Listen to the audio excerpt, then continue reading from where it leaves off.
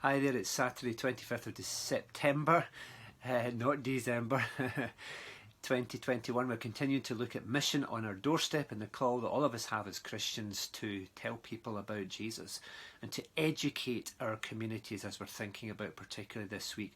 And Jesus, he engaged in community education. He educated the communities in which he lived. And we read about that in Mark's Gospel, chapter 1. We read, first of all, that he educated people through personal example. He showed people the truth of the gospel. Secondly, through public proclamation. He shared the good news in lots of different ways publicly. Thirdly, through purposeful decisions. He made his decisions according to God's purpose, and when we do that, we share and educate people that there is a different way to live. And fourthly, through preaching authoritatively, and there is a place for formal teaching of the scriptures and through us sharing with people God's word, however we do that. And fifthly, through practical miracles.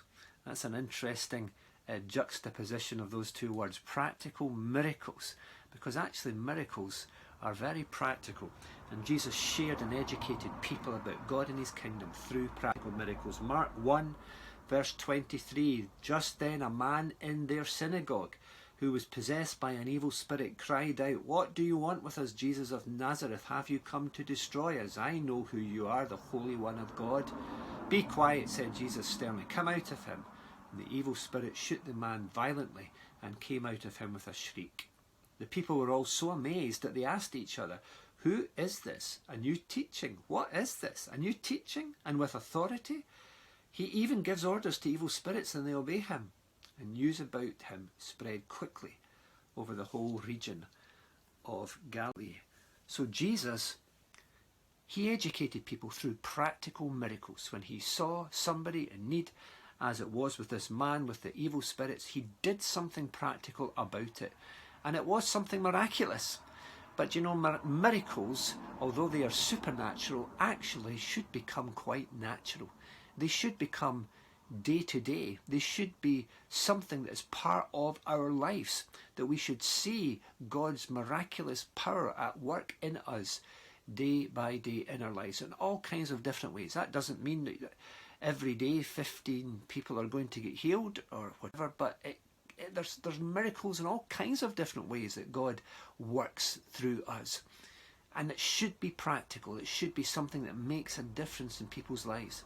So for Jesus, he simply spoke to this man and the evil spirits came out of him. Other times he prayed for people, or he touched people's eyes and their blind eyes were opened. Or he set people free of the torment that they had in their minds, or he welcomed people who were lepers into the community. And in all kinds of different ways, we can reach out to people with all kinds of different needs. And we can show the miraculous power of God and of his love. And we can reach out in practical ways.